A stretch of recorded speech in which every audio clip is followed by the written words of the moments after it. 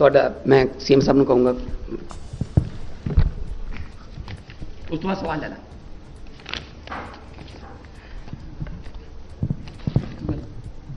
जैसा भी मान साहब ने कहा, हेलो, जैसा भी मान साहब ने कहा कि कल गृह मंत्री अमित शाह जी लुधियाना आए थे और वहां पे पहले तो उन्होंने पंजाब के लोगों को खूब गाली गलौज किया, गालियां दी पंजाब के लोगों को, और फिर धमकी देके चले गए पूरे पंजाब के 3 करोड़ लोगों को कि 4 जून के बाद तुम्हारी जो तुम लोगों ने सरकार चुनी है पंजाब के लोगों ने, उस सरकार को गिरा देंगे और जिस शख्स को तुम लोगों ने अपना मुख्यमंत्री बनाया है उस शख्स को मुख्यमंत्री से हटा देंगे।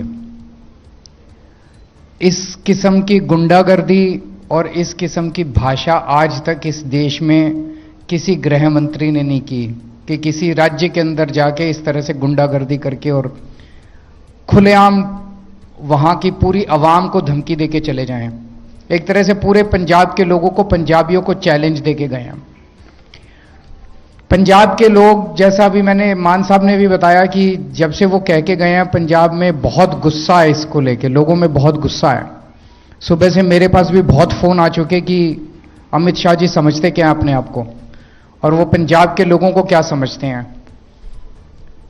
लोग पूछना चाहते हैं अमित शाह जी से कि 117 में से 92 एमएलए हैं, आपके 3 एमएलए हैं, आप इन 92 एमएलए को कैसे, सरकार कैसे गिराओगे, आपके पास क्या प्लान है?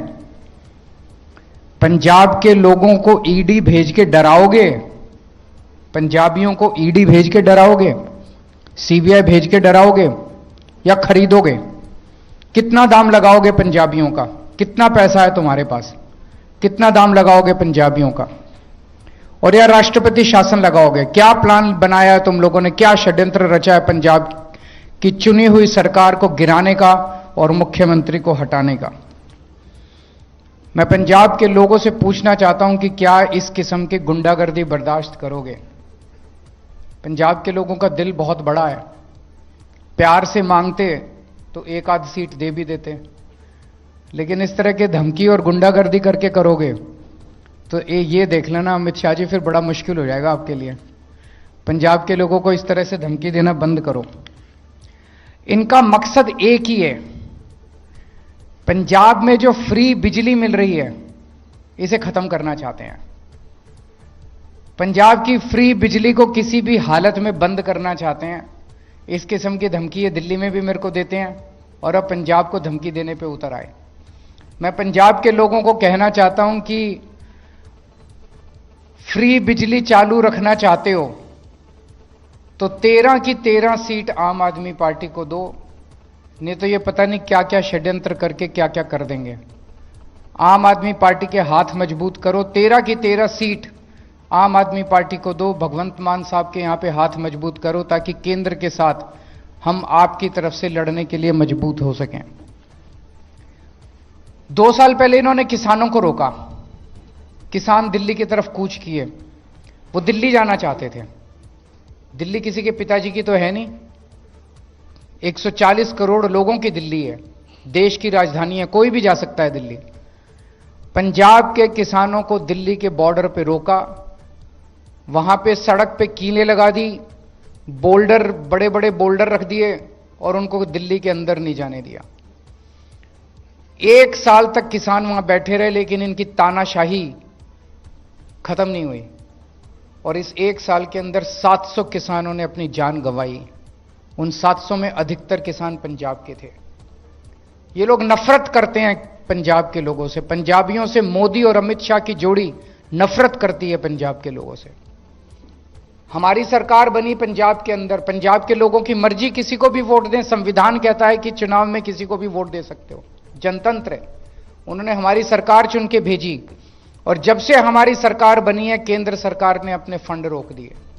9,000 करोड़ रुपए पंजाब के लोगों का जो हक था, 5,500 करोड़ आरडीएफ का पैसा, जिससे कि गांव-गांव के अंदर सड़कें बननी थी, नेशनल हेल्थ मिशन का पैसा, जिससे मोहल्ला क्लिनिक बनने थे, 9,000 करोड़ रुपए उन्होंने रोक दिए क्योंकि वो पंजाब का विकास नहीं होने देना चाहते। पंजाब का विकास रोकना चाहते हैं। क्यों? आपका कसूर क्या है? पंजाब के लोगों का कसूर है कि तुमने आम आदमी पार्टी की सरकार क्यों चुनी। लेकिन कल जो इन्होंने किया वो तो हद हो गई है। सीधे सीधे गुंडागर्दी और तानाशाही के ऊपर उतर आए हैं कि हम पंजाब के लोगों की सरकार गिरा देंगे, मुख्यमंत्री को हटा देंगे। मैं अमित शाह जी से कहना चाहता हूं, पहले 4 जून को अपनी सरकार बना लो, अपने बारे में सोचो। पंजाब के लोगों को धमकियां देना बंद करो। पंजाब के लोग इस बार जब बटन दबाने जाएंगे तब आपको सबक सिखाएंगे, आपकी धमकी का जवाब देंगे। जरूर बोलेंगे लोगों को जाके कहेंगे कि तुमको धमकियां दे रहे हैं। लोगों में वैसे ही बहुत गुस्सा है, उनका वीडियो खूब वायरल हो रहा है, लोगों में वैसे ही बहुत गुस्सा है। हमें कहने की भी जरूरत नहीं है, पर हम भी बात करेंगे लोगों से।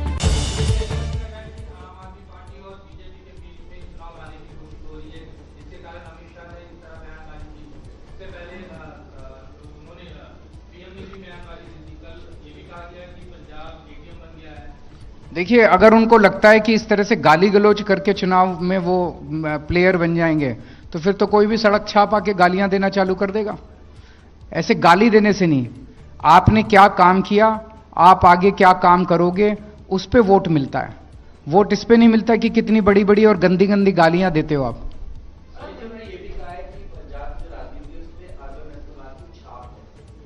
तो वही तो मैं कह रहा हूं कि रोज उठ के गालियां देते हैं। 10 साल देश की सरकार चलाने के बाद अगर किसी प्रधानमंत्री के पास अपने काम गिनाने के लिए कुछ नहीं है, जैसा मान साहब ने अभी कहा, 2 ही साल हुए इनको काम किए हुए। अब जब जाते हैं तो कहते हैं बिजली आ रही है फ्री, लोग कहते हैं हाँ जी आ रही है। बिजली आ रही है 24 घंटे, पावर कट तो नहीं लग रहे, लोग कहते हैं नहीं जी नहीं लग रहे। फ्री दवाइयां मिल रही हैं, हाँ जी मिल रही हैं। हम 2 साल में अपने काम गिना रहे हैं। ये 10 साल के अंदर प्रधानमंत्री ने कोई काम नहीं किया। अब ये कहता है भगवंत मान अर्बन नक्सल है, अगर इनको वोट दिया तो ये तुम्हारे घर की टूटी उठा के भाग जाएंगे, इनको वोट दिया तो 2 भैंस है तो 1 भैंस लेके भाग जाएंगे। ये क्या है? किस किस्म के प्रधानमंत्री और किस किस्म के गृह मंत्री हैं? 75 साल के अंदर भारत ने ऐसे प्रधानमंत्री और ऐसे गृह मंत्री आज तक नहीं देखे।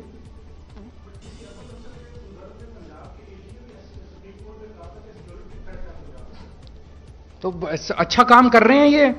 जो भी लॉ एंड ऑर्डर की सिचुएशन 2 साल में बहुत सुधरी है, सब लोग मानते हैं। पहले कितने वारदातें होती थी, अब शांति और अमन है पूरे पंजाब के अंदर। बाहर से भी, विदेशों से भी और पूरे देश भर से इंडस्ट्री पंजाब में बहुत तेजी से आ रही है। और भी सुधार करेंगे, उसमें केंद्र सरकार की भी मदद की जरूरत है, केंद्र सरकार से भी लेंगे।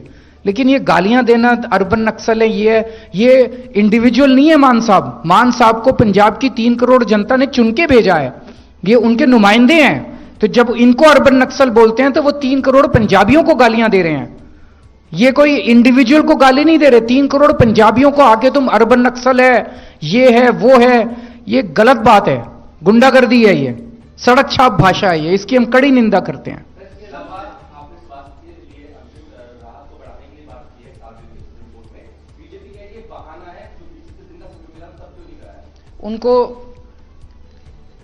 उनकी तो तहे दिल से इच्छा है कि केजरीवाल मर जाए। मैंने 7 दिन तक केवल अपने टेस्ट कराने के लिए, क्योंकि मेरा वजन 7 किलो, आपको वैसे ही दिख रहा होगा, जो लोग मेरे को जानते हैं कि वजन बहुत ज्यादा गिर गया है। 7 किलो वजन अगर किसी व्यक्ति का 1 महीने में गिर जाए बिना किसी कारण के, तो ये बहुत सीरियस प्रॉब्लम होती है। तो डॉक्टर्स ने कहा है, बहुत सारे टेस्ट्स लिखे हैं, 1 ही हफ्ता मैंने मांगा है कि 1 हफ्ते के अंदर मैं अपने सारे टेस्ट करा लूंगा। ऐसा हो सकता है अनएक्सप्लेन्ड वेट लॉस जो है, ये बहुत सीरियस चीज है। कोई सीरियस बीमारी हो सकता है अंदर चल रही हो और पता ना चले, और बाद में फेज 2 फेज 3 में पहुंच जाए बीमारी, जब बहुत लेट ना हो जाए।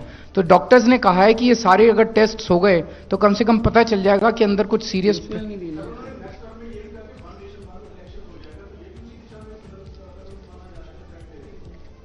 ये थ्रेट दे रहे हैं, ये किसी भी चीज का हिस्सा नहीं हो सकता। ये सिंपल गुंडागर्दी है, इनका नेचर और इनका कैरेक्टर दिखाता है, ये किस कैरेक्टर के लोग हैं। Thank you.